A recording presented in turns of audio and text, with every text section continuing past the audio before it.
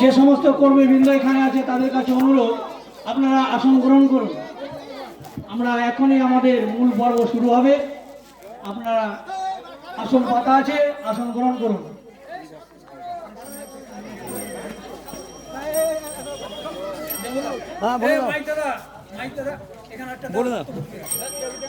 Hello hello, বন্দে মাতরম, বন্দে মাতরম, বন্দে মাতরম, বন্দে মাতরম। আসন্ন লোকসভা কেন্দ্রে BJP প্রার্থী অসীম সরকারকে বিপুল ভোটে জয়ী করুন, জয় করুন, জয় করুন। আসন্ন লোকসভা নির্বাচনে অসীম সরকারকে বিপুল ভোটে জয়ী করুন, জয় করুন, জয় করুন। বন্দে মাতরম, বন্দে মাতরম, বন্দে মাতরম, বন্দে মাতরম, বন্দে মাতরম, বন্দে মাতরম। মা বোনেদের বলে দিন, পদ্মফুলে ভোট দিন। মা বোনেদের বলে দিন, পদ্মফুলে ভোট দিন। খেতে খামারে বলে দিন, পদ্মফুলে ভোট দিন। পাড়ায় পাড়ায় বলে দিন, পদ্মফুলে ভোট দিন। ঘরে বাইরে বলে দিন, পদ্মফুলে ভোট দিন। বন্দে মাতরম, বন্দে মাতরম, বন্দে মাতরম, বন্দে মাতরম। আসন্ন লোকসভা নির্বাচনে অসীম সরকারকে বিপুল ভোটে জয়ী করুন, জয় করুন, জয় করুন। আসন্ন লোকসভা ভোটে বিপুল ভোটে জয়ী করুন, জয় করুন, জয় করুন। বন্দে মাতরম, বন্দে মাতরম, বন্দে মাতরম, বন্দে মাতরম, বন্দে মাতরম, বন্দে মাতরম। পাড়ায় পাড়ায় বলে দিন, পদ্মফুলে ছাপ দিন। মা বোনেদের বলে দিন, পদ্মফুলে ছাপ দিন। সকাল সকাল ভোট দিন, পদ্মফুলে ছাপ দিন। খেতে খামারে আওয়াজ দিন, পদ্মফুলে ছাপ দিন। খেতে খামারে আওয়াজ দিন, পদ্মফুলে ছাপ দিন। পাড়ায় পাড়ায় বলে দিন, পদ্মফুলে ছাপ দিন। মা বোনেদের বলে দিন, পদ্মফুলে ছাপ দিন। খেতে খামারে বলে দিন, পদ্মফুলে ছাপ দিন। বন্দে মাতরম, বন্দে মাতরম, বন্দে মাতরম, বন্দে মাতরম, বন্দে মাতরম, বন্দে মাতরম। ভারত মাতা কি জয়, ভারত মাতা কি জয়, ভারত মাতা কি জয়। জয় জয় শ্রীরাম, জয় শ্রীরাম।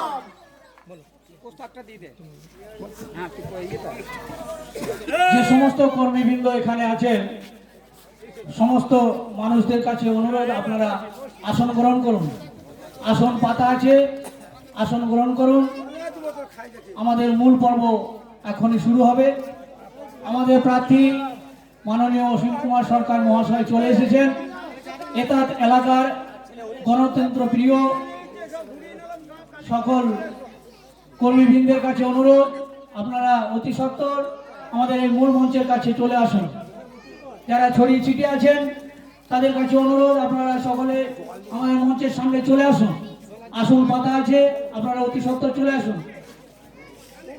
বর্ধমান পূর্ব লোকসভা কেন্দ্রের প্রার্থী মাননীয় অসীম কুমার সরকার মহাশয় উনি চলে এসেছেন। এতাত এলাকার সকল কর্মীবৃন্দের কাছে অনুরোধ, আপনারা অতি সত্বর আমাদের মূল মঞ্চের কাছে চলে আসুন।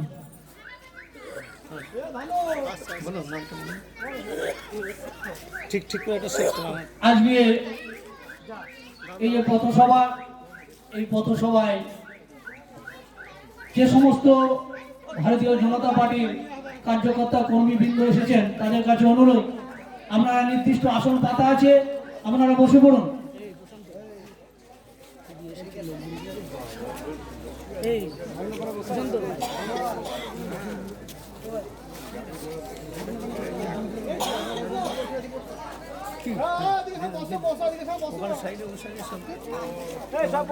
যে সমস্ত কার্যকর্তা কর্মীবৃন্দ আছেন তাদের কাছে অনুরোধ, আপনারা মূল মঞ্চের সামনে চলে আসুন। আসন পাতা আছে, আপনারা আসন গ্রহণ করুন। আমাদের আজকের এই যে পর্ব, সেই পর্বে এখনই সাংগঠনিক বক্তব্য আরম্ভ হবে। আমাদের সামনে বক্তব্য রাখবেন পূর্বস্থলী উত্তর বিধানসভার মণ্ডল কমিটির সহ সভাপতি মাননীয় দেবপ্রসাদ চৌধুরী মহাশয়। দেবপ্রসাদ চৌধুরী মহাশয়কে ওনার মূল্যবান বক্তব্য রাখার জন্য আমরা আগ্রহ প্রকাশ করছি। যারা ছড়িয়ে ছিটিয়ে আছেন অতি সত্বর সামনে চলে আসুন।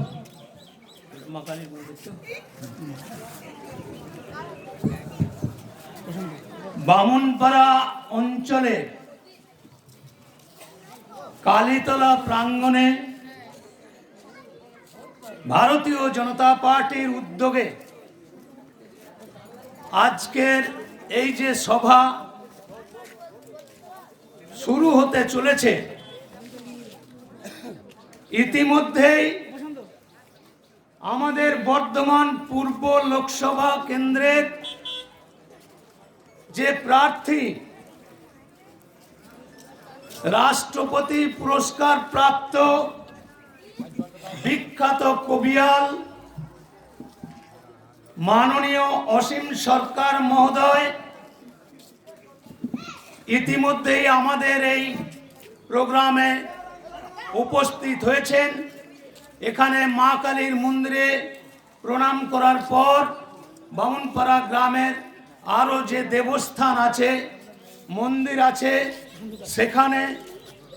সেখানে উনি গেছেন মন্দির দর্শন করতে।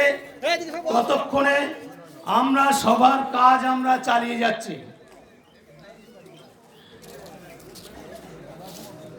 কজ্জল পূরিত লোচন ভালে নপুযুগ শোভিত মুক্তার হারে বীণা পুস্তক রঞ্জিত হস্তে ভগবতী ভারতী দেবী নমস্তুতে। এই যে প্রণাম মন্ত্র, এখানে বহু ছাত্র ছাত্রী, শিশু, কৈশোর, সমস্ত বয়সের ছেলেমেয়েরা রয়েছে। তাদের জন্যই আমি আজকে বক্তব্যের শুরুতেই দেবী সরস্বতীর যে প্রণাম মন্ত্র, সেই প্রণাম মন্ত্র দিয়ে আমি আমার বক্তব্য শুরু করতে চলেছি। যেহেতু আজকে গোটা ভারতবর্ষব্যাপী আমাদের ভগবান শ্রী রামচন্দ্র তার বিগত 22শে জানুয়ারি ভব্য মন্দিরে প্রভু রামলালার মূর্তি প্রতিস্থাপন হয়েছে, যেটা সারা ভারতবর্ষ নয় গোটা পৃথিবীর কাছে একটা দৃষ্টান্ত স্বরূপ রামলালার প্রতিষ্ঠা হয়েছে, এ খবর আপনারা জানেন। তাই প্রভু রামচন্দ্রের স্মরণেও আমি প্রণাম মন্ত্র বলতে চাই। নমঃ রাম রামচন্দ্রায় রামভদ্রায় বেধসে নমঃ রঘুনাথায় নাথায় সীতায় পতয়ে নমঃ। আমাদের মোদিজি কি টার্গেট দিয়েছেন? মোদিজি টার্গেট দিয়েছেন এইবার এইবার এইবার এইবার এইবার জোর কই, গলার জোর বেরোচ্ছে না। ভারতীয় জনতা পার্টির পক্ষে আওয়াজ তুলুন, বন্দে মাতরম, বন্দে মাতরম, বন্দে মাতরম, বন্দে মাতরম। বিজেপি জিন্দাবাদ, জিন্দাবাদ, জিন্দাবাদ, বিজেপি জিন্দাবাদ, জিন্দাবাদ, জিন্দাবাদ। জয় শ্রীরাম, জয় শ্রীরাম, জয় শ্রীরাম। জয় শ্রীরাম। তো আমরা 400 পার করবার সংকল্প নিয়েছি। 400 পার করবার যে সংকল্প নিয়ে আমরা আজকে বিভিন্ন গ্রাম পরিক্রমা করছি। আমাদের প্রার্থী ইতিমধ্যেই এসে গেছেন, আসুন, এসে গেছেন। আমাদের মাননীয় প্রার্থী কবিয়াল অসীম সরকার তার বক্তব্য শুনবেন। এবং এখানে শুনছি কবির একটি কবি গানেরও ব্যবস্থা আছে। ওনার বক্তব্য এবং আমার পরবর্তীকালে আমাদের পূর্বস্থলী উত্তর বিধানসভার অন্তর্গত 1 নম্বর মণ্ডলের সভাপতি সঞ্জীব হাজরা এবং এই বামুনপাড়া গ্রামের এই দ্রদণ্ড প্রতাপ তৃণমূল কংগ্রেসের হারমাত বাহিনীর প্রচন্ড দাপটের পরেও এই বামুনপাড়া গ্রাম থেকে ভারতীয় জনতা পার্টি পঞ্চায়েতের প্রার্থী নির্বাচিত হয়েছেন নয়ন দাস। নয়ন দাস, নয়ন দাস, তুমি এদিকে আসো, এখানে আসন গ্রহণ করো। এই হচ্ছে আমাদের বামুনপাড়া পঞ্চায়েতের একমাত্র নির্বাচিত প্রতিনিধি নয়ন দাস। এই রকম আমার বামুনপাড়া পঞ্চায়েতের আরো ক্যান্ডিডেট নির্বাচিত হয়েছে, যদিও তাদেরকে সার্টিফিকেট দেওয়া হয়নি। আমার পূর্বস্থলী উত্তর বিধানসভার 1 নম্বর মণ্ডলের যে সভাপতি সঞ্জীব হাজরা, তিনিও নির্বাচিত হয়েছেন। আমাদের গ্রামের 3 জন ক্যান্ডিডেট নির্বাচিত হয়েছে, কিন্তু তাদেরকে সার্টিফিকেট দেওয়া হয়নি। বামুনপাড়া পঞ্চায়েতেরই অন্তর্গত কষা গ্রামের আরেকটি মেয়ে মুন্নি খাতুন, সেও নির্বাচিত হয়েছেন, কিন্তু তাদের সার্টিফিকেট দেওয়া হয়নি। আমরা কি এই অত্যাচার নীরবে কাঁদবো? নীরবে নিভৃতে আমরা কি এই অত্যাচার সহ্য করব?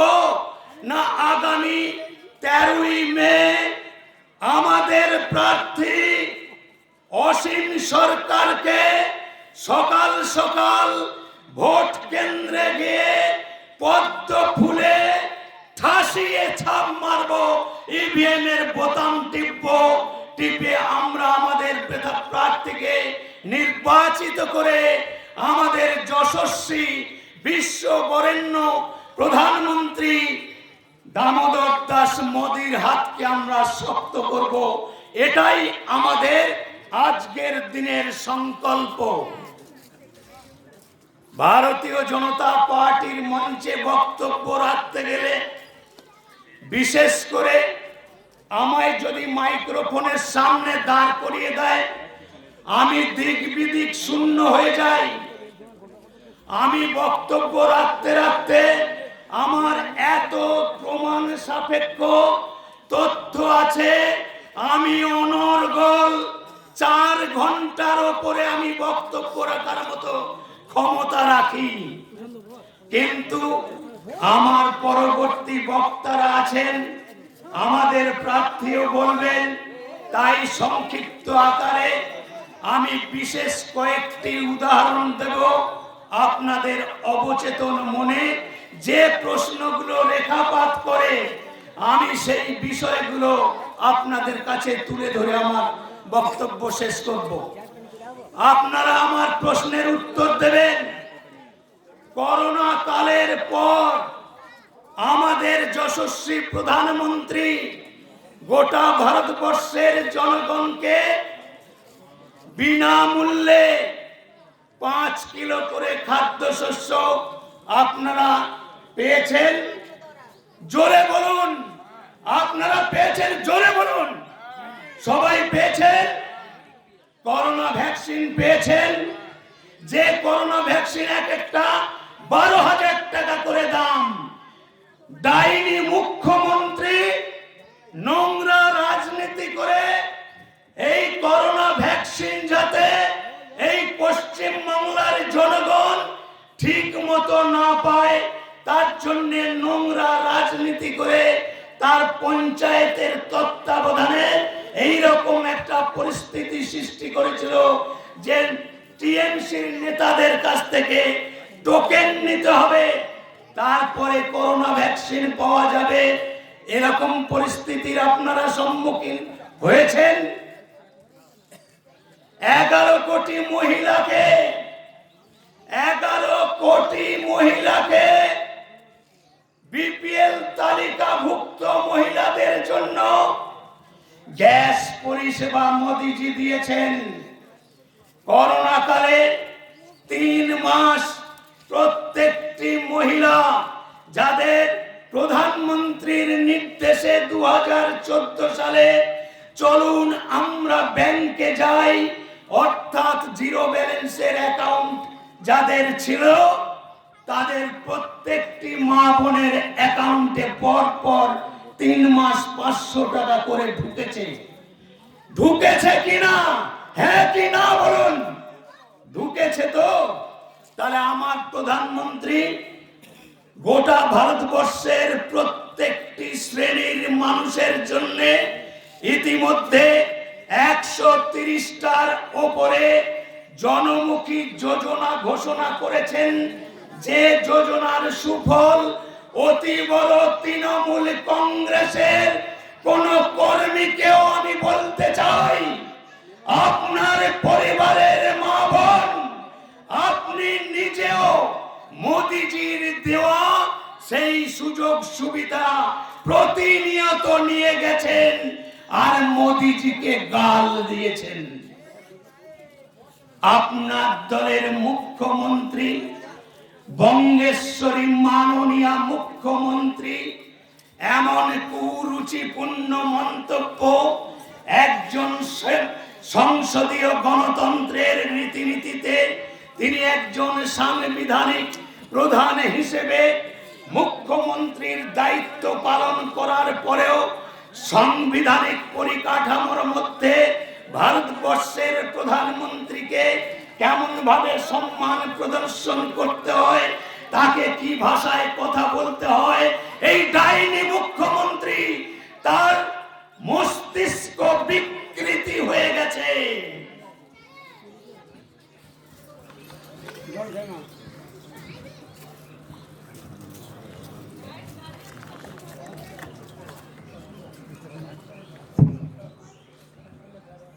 মস্তিষ্ক বিকৃতি হয়ে গেছে কেন বললাম? কদিন আগের ঘটনা বলছি, আরো অতীতের বহু ঘটনা আছে। সেই সমস্ত ঘটনার ব্যাখ্যা করবার মতো সুযোগ তো আমি পাবো না, কারণ যেটুকু সময় আছে তার মধ্যেই তৃণমূল কংগ্রেসকে, আর এখানেও দেখছি সিপিএম এর কোন ক্যান্ডিডেট দাঁড়িয়েছে বিজেপির ভোট কাটানোর জন্য। তো প্রথমে দিদিকে একটু পালিশ করি। দিদিকে পালিশ করা খুব দরকার আছে। কেন জানেন? দিদি বিগত 14 বছর ধরে এই রাজ্যের শাসন ক্ষমতায় আছে।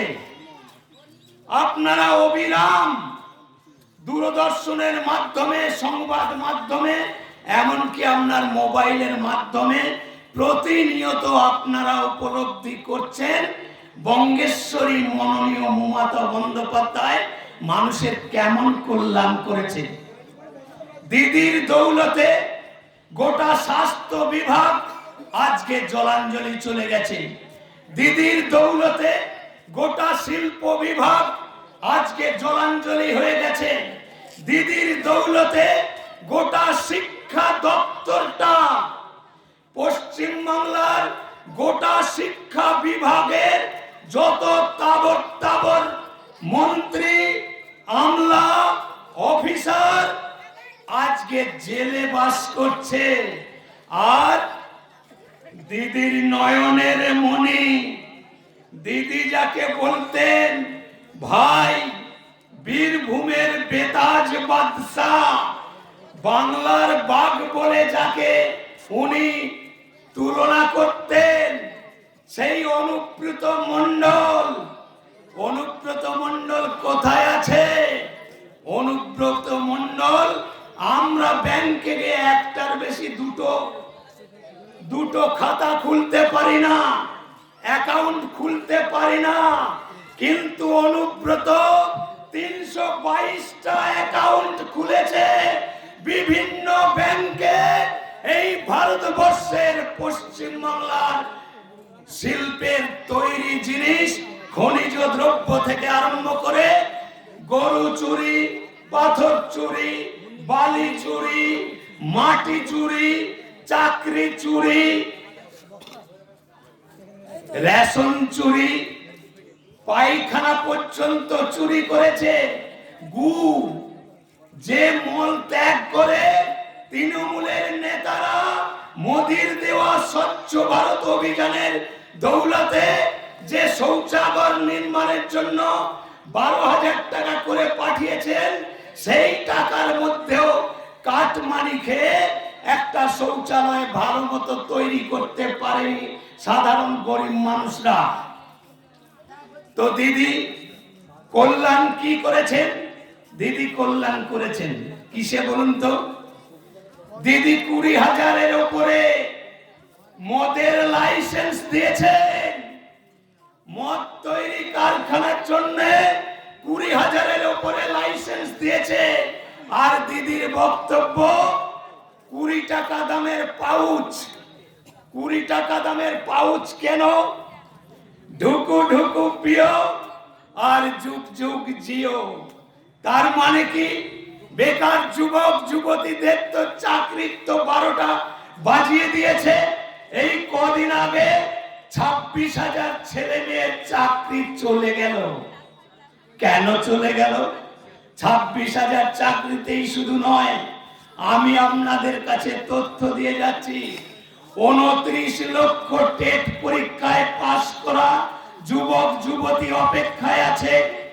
কলকাতার রাজপথে হাজার হাজার বেকার যুবক শিক্ষিত যোগ্য চাকরি প্রার্থী বিগত 1 বছর 3 মাস ধরে বর্ষা বাদল শীত গ্রীষ্মের মধ্যে পরিবার পরিজনকে পরিত্যাগ করে একটা আশায় বুক বেঁধে আজকে কলকাতার রাজপথে ওই মাতঙ্গিনী হাজরার মূর্তির পাদদেশে, গান্ধী মূর্তির পাদদেশে, এসপ্ল্যানেড স্টে গোটা কলকাতা জুড়ে আজকে যুবক বৃন্দ যাদের ন্যায্য অধিকার আছে চাকরি পাবার, যথেষ্ট তাদের সার্টিফিকেট থাকা সত্ত্বেও তারা আজকে চাকরি পাচ্ছে না। প্রায় 2.5 লক্ষ পদ খালি আছে।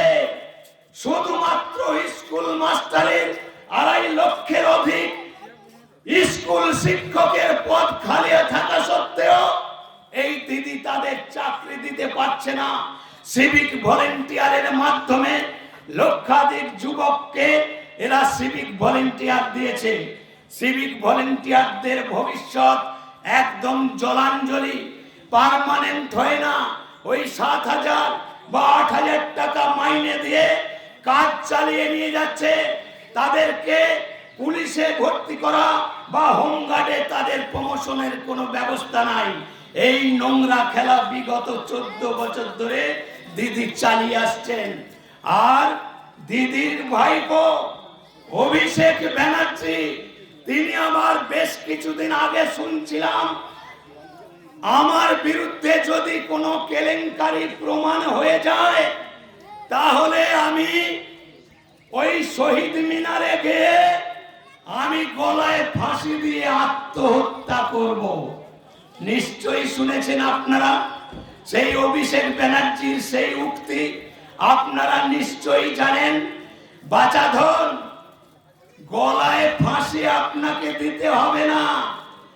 আজকে মোদিজি আছেন, মোদিজির বক্তব্য হচ্ছে मैं नहीं खाऊंगा, मैं किसी को खाने नहीं दूंगा। মোদিজি বিগত 10 বছর ধরে প্রমাণ করে দিয়েছেন সারা ভারতবর্ষের আজকে ভারতীয় জনতা পার্টির নেতৃত্বে আজ 10 বছর সরকার চলছে। আজকের ডেট পর্যন্ত এমন কোন মাইকা লাল পয়দা হয়নি যে আমার ভারতীয় জনতা পার্টির কোন নেতার কোন মন্ত্রীর বিরুদ্ধে কোন রকম কেলেঙ্কারির অভিযোগ, চুরির অভিযোগ নিয়ে এসে অভিযুক্ত করতে পারে, এরকম কোন দৃষ্টান্ত নেই। কিন্তু দিদির দল আজকে আকণ্ঠ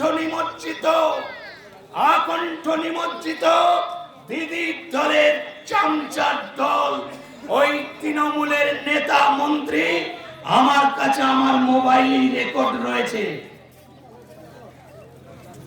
প্রায় 100 জন ইতিমধ্যে জেলে গমন করেছে। 55 জন জেলের মধ্যেই চোরেদের আলাদা সেল করা হয়েছে।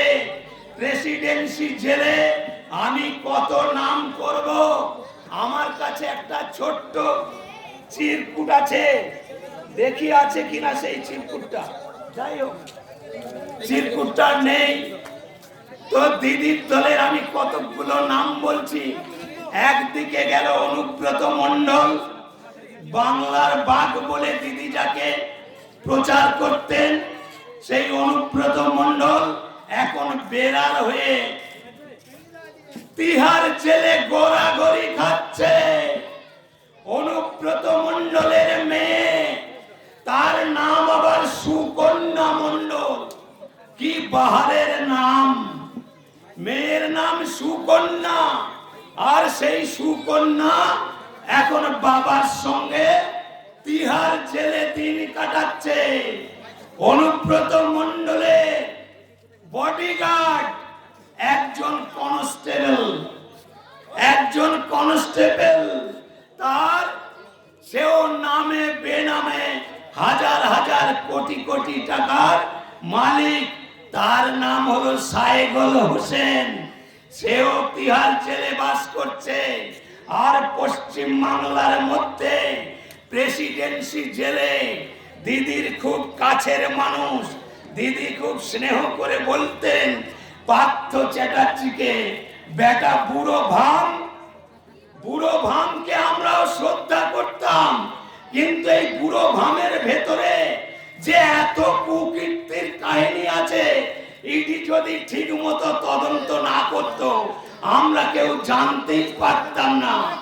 এই বুড়ো বয়সে প্রায় 65-70 বছর বয়স, তার এখন কচি কচি মেয়ের দরকার। পার্থ চ্যাটার্জির এখন কচি কচি মেয়ে ছেলে দরকার। আপা নাম শুনেছেন? আমার কাছে ছবি আছে। আপার ফ্ল্যাটে 51 কোটি টাকা নগদ টাকার বান্ডিল আপনারা নিশ্চয়ই নিজের চোখে দেখেছেন। তো সেই পার্থ চ্যাটার্জি পুরো ভাম শিক্ষামন্ত্রী ছিলেন, তিনি এখন প্রেসিডেন্সি জেলে। মানিক ভট্টাচার্য নদিয়া থেকে নির্বাচিত হয়েছিলেন এমএলএ, সাগর ছিচে রত্ন পেয়েছিলেন দিদি, সাগর ছিচে রত্ন পেয়েছিলেন মানিক ভট্টাচার্য। সব থেকে বড় ক্রিমিনাল হচ্ছে মানিক ভট্টাচার্য। সেই মানিক ভট্টাচার্যর সাহায্য নিয়ে এই চৌর্যবৃত্তি আগামী ভবিষ্যৎ প্রজন্মের ভবিষ্যৎটাকে জলাঞ্জলি দিয়ে এরা নোংরা রাজনীতির খেলা এরা খেলেছে। হয়তো আমার সময় নেই, তো আমি পরিশেষে যেটা বলা খুব প্রয়োজন, এখানে বহু মা বোনরা উপস্থিত রয়েছেন, তাদের উদ্দেশ্যে বলি, আর তৃণমূলের কোন নেতা, তৃণমূল কংগ্রেসের কর্মী, ভাই বোন এবং মাতৃস্থানীয়, তাদের উদ্দেশ্যে বলছি যে আপনাদের কি সাধারণ বিবেকটুকু পর্যন্ত জলাঞ্জলি দিয়ে ফেলেছেন? আজকে সন্দেশখালীর ঘটনা, দক্ষিণ 24 পরগনার সন্দেশখালী অর্থাৎ সুন্দরবন এলাকার ঘটনা। আজকে ইডি, সিবিআই, এনআইএ যদি তদন্ত না করত, ওই শেখ শাহজাহানের গোডাউনে তার বাড়িতে তদন্ত করতে না যেত, তাহলে আমরা টেরই পেতাম না যে সন্দেশখালী ওই মা বোনেদের উপরে কি নির্মম মধ্যযুগীয় বর্বরতার নিদর্শন। বিগত 13 বছরের এই ডাইনি মুখ্যমন্ত্রীর স্নেহধন্য শেখ শাহজাহানের নেতৃত্বে ওই সন্দেশখালীর হাজার হাজার মা বোনেদের উপরে নির্মম পৈশাচিক মধ্যযুগীয় বর্বরতার নিদর্শন বিগত 13 বছর ধরে চলে আসছে। আমরা কেউ জানতে পারতাম না যদি ইডি, সিবিআই তদন্ত করতে ওই শেখ শাহজাহানের গোডাউনের তালা ভাঙতে না যেত। শেখ শাহজাহানের তালা ভাঙতে গেল গত 5ই জানুয়ারি 2024-এর 5ই জানুয়ারি যখন শেখ শাহজাহানের সেই গোডাউনে তালা খুলতে গেল, শেখ শাহজাহান তার দলবলদের ফোনের মাধ্যমে বার্তা দিয়ে দিল, সঙ্গে সঙ্গে হাজার হাজার লেঠেল বাহিনী সেদিন আগ্নেয় অস্ত্র নিয়ে, লাঠি নিয়ে, টাঙি নিয়ে সেই ইডির ওপরে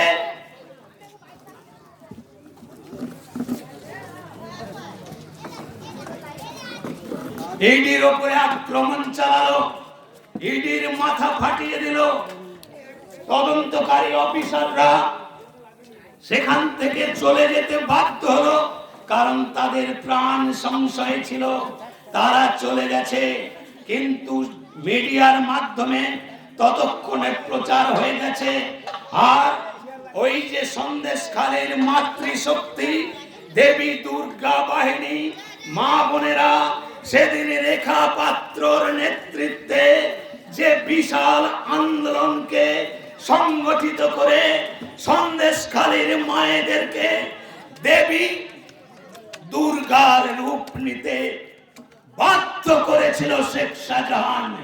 ঝেঁটা নিয়ে, লাঠি নিয়ে, খুন্তি নিয়ে সেদিন শেখ শাহজাহানের বাহিনীকে আর 5টা পুলিশ, দিদির 5টা পুলিশ তাদের মদতে যে অত্যাচার করে গেছে, তাদেরকে পর্যন্ত ওই দুর্গা বাহিনী যেভাবে তাড়া করেছিল, বুক চিতিয়ে লড়াই করেছিল। আপনারা রেখা পাত্রের সেই দেবী দুর্গার রূপ আপনারা দেখেছেন, পুলিশকে কেমন ভাবে প্রতিহত করবার জন্য কিভাবে, কি ভাষায় সেই পুলিশদেরকে আক্রমণ করেছিল রেখা পাত্র। আজ তাদের সেই গণ আন্দোলনকে আমাদের ভারতীয় জনতা পার্টির কর্ণধার পশ্চিমবঙ্গ রাজ্য বিধানসভার বিরোধী দলনেতা, আজ তাকেও আমি বাংলা বাঘ বলে মনে করি। শুভেন্দু অধিকারী বাংলার বাঘের মতো বজ্র কঠিন কণ্ঠে উচ্চারিত করে সেই দুর্গা বাহিনীর পাশে গিয়ে দাঁড়িয়েছে। আর অনেক বিজেপি কার্যকর্তা সন্দেশখালীর মাটিতে সেদিন আছড়ে পড়েছিল। আর তারই প্রতিফল ঘটেছে, শেখ শাহজাহান আজকে জেলে গেছে। ইডি তদন্তকারী সংস্থার কাছে ডাক পড়লো, সেখানে শেখ শাহজাহানকে নিয়েও দিদি নাটক করলো। দীর্ঘ 56 দিন তাকে আত্মগোপন করে লুকিয়ে রাখা হয়েছিল। বহু মিডিয়া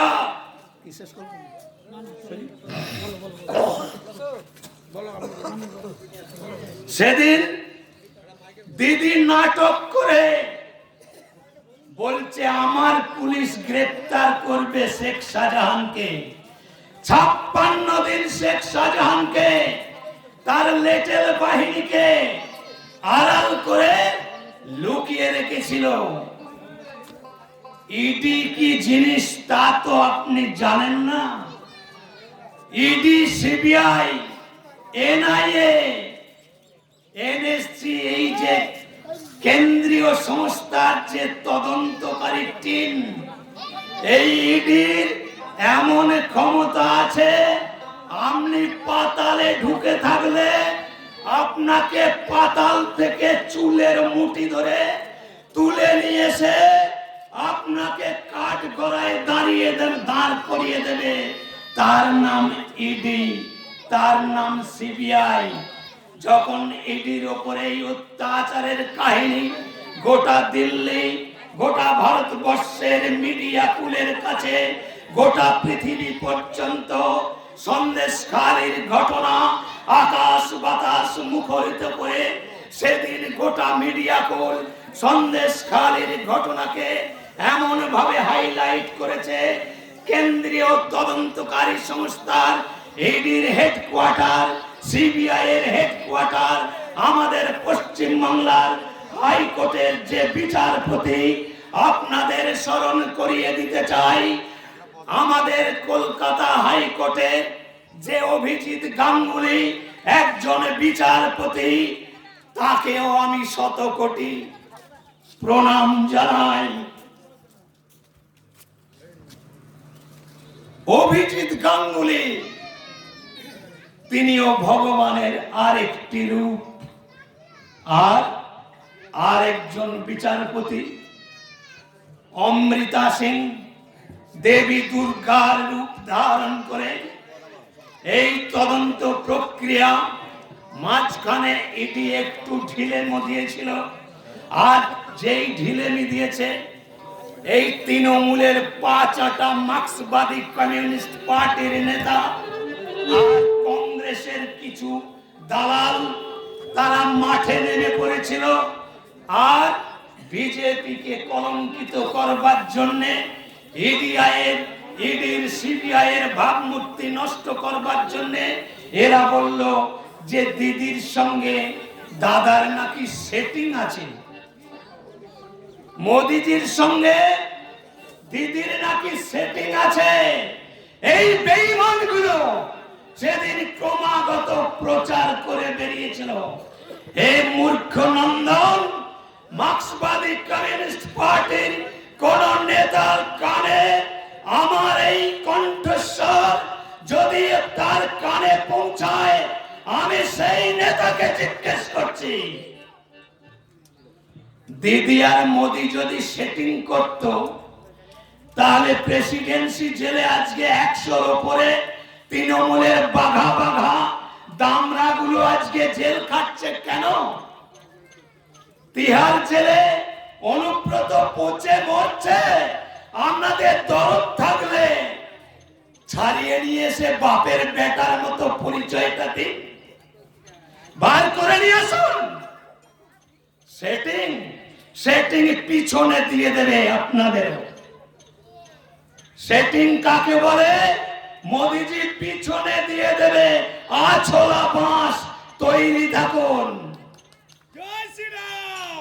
আর এই নির্বাচনে দিদির পাঁচাটা কুত্তা কতগুলো মিডিয়া আছে, আমি নাম করেই বলছি। সেই মিডিয়া এবিপি আনন্দ পাকিস্তানের দালাল। আমি নাম করে বলি, কলকাতায় এবিপি আনন্দের অফিসের সামনে আমি পৌরসভা নির্বাচনে বক্তব্য রাখতে গিয়ে আমি ঠিক এই ভাষা প্রয়োগ করে বলেছিলাম, এবিপি আনন্দ হচ্ছে চীনের দালাল, পাকিস্তানের দালাল। আর বিজেপি কি করে সর্বনাশ করা যায় তার চিন্তা ক্রমাগত করে যায়। অ্যান্টি বিজেপি প্রচার অবিরাম তারা করে যায়। তার প্রমাণ আপনাদের সামনে আমি এখনই দিচ্ছি। দিদির কোলের ছেলে নিউজ 18 দিদির নবান্ন থেকে লক্ষ লক্ষ কোটি কোটি টাকা নিয়ে বিজেপির গোষ্ঠীর পিন্নি চটকাচ্ছে আর বিজ্ঞাপন নিচ্ছে। সেই নিউজ 18 এর মতো বলবো, সেই নিউজ 18 হচ্ছে দিদির কোলের ছেলে। তিনিও সমীক্ষায় দেখিয়েছেন এই লোকসভা নির্বাচনে বিজেপি 25টা আসন পাবে। আমরা বলিনি, মিডিয়া বলছে। দিদি আমাদের মাননীয় প্রার্থী, রাষ্ট্রপতি পুরস্কার প্রাপ্ত, রাষ্ট্রীয় পুরস্কার প্রাপ্ত আমাদের প্রার্থী মাননীয় অসীম সরকার মহাশয় আমাদের মধ্যে ওনার জন্য ভারত মাতা কি, ভারত মাতা কি, জয় শ্রীরাম, জয় শ্রীরাম। অসীম সরকার স্বাগতম, স্বাগতম, স্বাগতম। অসীম সরকার স্বাগতম, আমি ক্ষমা চেয়ে অসীম নিচ্ছি। সরকার स्वागतम আমি আমাদের শ্রদ্ধেয় দাদার भारतीय কাছ থেকে जनता पार्टी विरोध मोदी जी जिंदाबाद আমি ক্ষমা চেয়ে নিয়ে আমি যে বক্তব্য রাখছিলাম সেইটা অন্তত শেষ করার অনুমতি চেয়ে নিয়ে আমি বক্তব্যটা শেষ করব। যে দিদির পেটুয়া চ্যানেল নিউজ 18 দেখিয়েছে 25টা, আর টিভি 9 দেখিয়েছে 26টা, আর সর্বভারতীয় ক্ষেত্রে যে সমীক্ষা আপনারা দেখেছেন, মোদিজি যে টার্গেট দিয়েছেন इस बार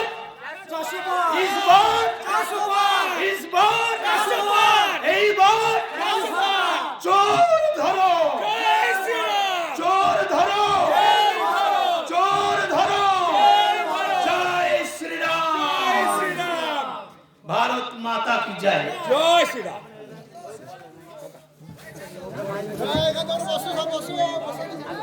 আমাদের মঞ্চে চলে এসেছেন মাননীয় প্রার্থী অসীম কুমার সরকার মহাশয়।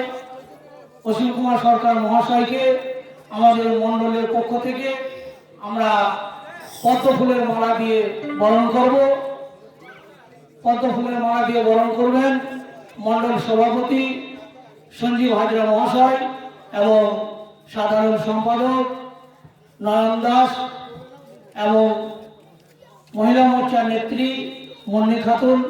সকলকে অনুরোধ করছি আপনারা পদ্ম ফুলের মালা দিয়ে আমাদের মাননীয় প্রার্থী অসীম কুমার সরকার মহাশয়কে বরণ করে নিন।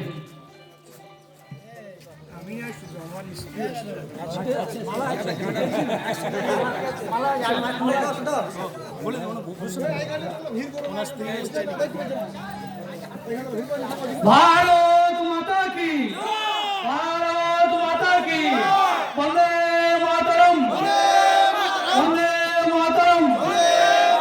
বর্ধমান পূর্ব লোকসভা কেন্দ্রের প্রার্থী মাননীয় অসীম কুমার মহাশয়কে পদ্ম ফুল চিহ্নে, মাননীয় বিজেপি প্রার্থী অসীম কুমার সরকার মহাশয়কে পদ্ম ফুল চিহ্নে। বিজেপি বিজেপি বিজেপি বিজেপি জয় শ্রীরাম, জয় জয় শ্রীরাম।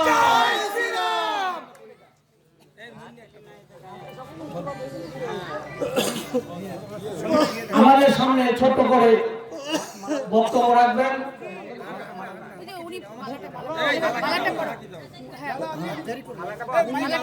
মহিলা মোর্চার নেত্রী মন্নি খাতুন মহাশয় পুষ্পস্তবক দিয়ে বরণ করলেন।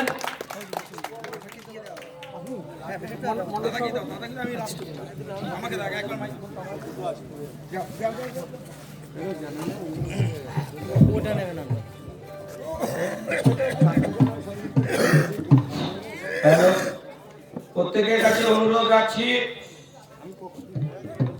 বর্ধমান পূর্ব 38 নম্বর যে লোকসভা কেন্দ্র, 7টা বিধানসভা নিয়ে লোকসভা কেন্দ্র, আমরা আমাদের দাদাকে আমাদের কাছে পেয়েছি। আমাদের প্রার্থী 38টা পদ্ম ফুল দিয়ে দাদাকে আমরা বরণ করেছি। এই 38 নম্বর লোকসভা আমরা জিতে মোদিজিকে আমরা ধন্যবাদ জানাবো যে আমাদের একটা প্রার্থীকে আমরা পদ্ম ফুল পাঠাতে পেরেছি। দাদা এই প্রোগ্রামের পর এখনো 3টে প্রোগ্রাম আছে। এরপর যাবেন উনি লক্ষ্মীপুর বাজার, তারপর যাবে পারুলিয়া, কোকশিমলা। তাই আমরা আমাদের সবার কাজ চালিয়ে যাব। তাই আমরা প্রথমেই দাদাকে বক্তব্য রাখতে দিয়ে ওনার যে প্রোগ্রাম উনি সেরে এখান থেকে আবার দ্বিতীয় জায়গায় চলে যাবেন। আপনারা চলে যাবেন না, আমাদের প্রোগ্রাম রাত্রি 8টা পর্যন্ত চালাবো, আপনারা সকলেই বসে থাকবেন। দাদা এখন শুরু করছেন। जय श्री राम, আপনারা বুঝতে পারছেন যে রৌদ্র চলছে, গরম, এত গরমের মধ্যে প্রতিদিন প্রত্যেকটা দিন ঘুরতে হচ্ছে। তাই উনি অসুস্থতার মধ্যেও আমাদের কাছে এসেছেন, এটা আমাদের আজকে খুবই সৌভাগ্য।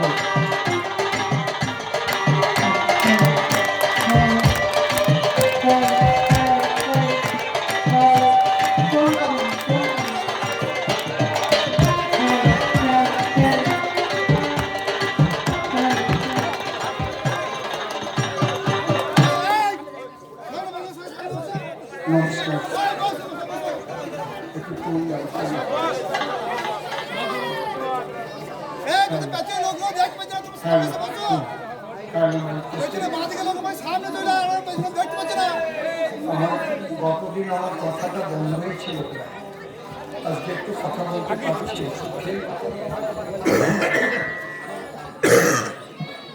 প্রচন্ড কাশি, কথা বলতে গেলে তার মধ্যে দিয়ে ভলিউমটা কমিয়ে দিল। কেন ভলিউমটা দেন?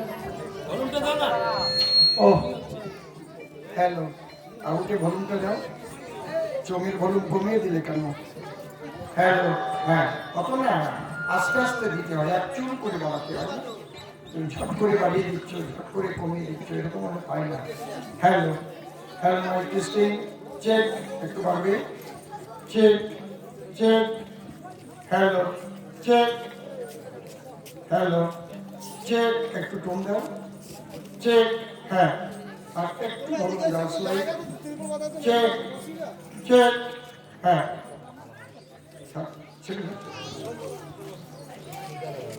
খুবই কষ্ট হচ্ছে কথা বলতে, তবু আমি সকালের প্রোগ্রামগুলো সব ক্যান্সেল করেছি বাধ্য হয়ে।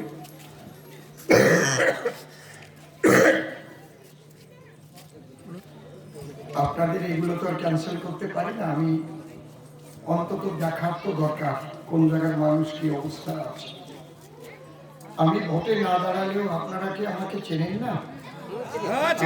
আমার গান আপনারা শোনেননি? ফোনে, টিভিতে শুনেছেন তো নাকি? যে অসীম সরকার নামে একজন মানুষ আছে, ঠিক তো নাকি? বাহ, এতেই আমার আনন্দ। আমার বিশ্বপ্রিয় মোদিজি, তিনি আমার উপর এবং আপনাদের উপর ভরসা রেখে আপনাদের উন্নয়নের জন্যই আমাকে কিন্তু এখানে টিকিট দিয়েছে। দল চিন্তা করেছেন যে অসীম সরকার, সে 3 বছর এমএলএ আছে হরিণঘাটায়, তার একটু কালির দাগও নাই। আমি টাকা খাওয়া তো দূরের কথা, কারো একটা পানও খাই না, পানের ব্যাগ আমার সঙ্গে। এইটুকু বিশ্বাস আমার উপর রাখতে পারে। আপনি তৃণমূল করেন, আর সিপিএম করেন, আর কংগ্রেস করেন, বিজেপিরা তো বিজেপিতে ভোট দেবে, ওদের মাথায় বাড়ি মারলেও দেবে, ঘর ভাঙলেও দেবে, দা দিয়ে কোপ মারলেও দেবে, ঘর ছাড়া করলেও ওরা পদ্ম ফুচকা কোথাও ভোট দিতে পারবে না, ঠিক তো?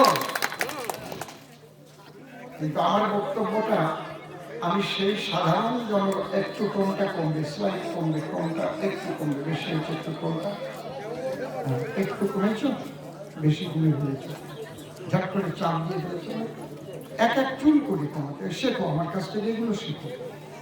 আমি ধরো লবণ চাইলাম, যদি লবণের খুঁটি ধরে ঢেলে দেয় আর খাওয়া যাবে? আমার মা এবার তো রান্নায় লবণ বেশি হয়ে গেছে, পরের বার একটু দিল না। এই জন্য হাতের মাপ, মাইক ম্যানের সবসময় এক এক চুল করে, এরকম না, আগে এরকম না, সমস্ত কিছুই তাই। ধৈর্য নিয়ে চলতে হবে।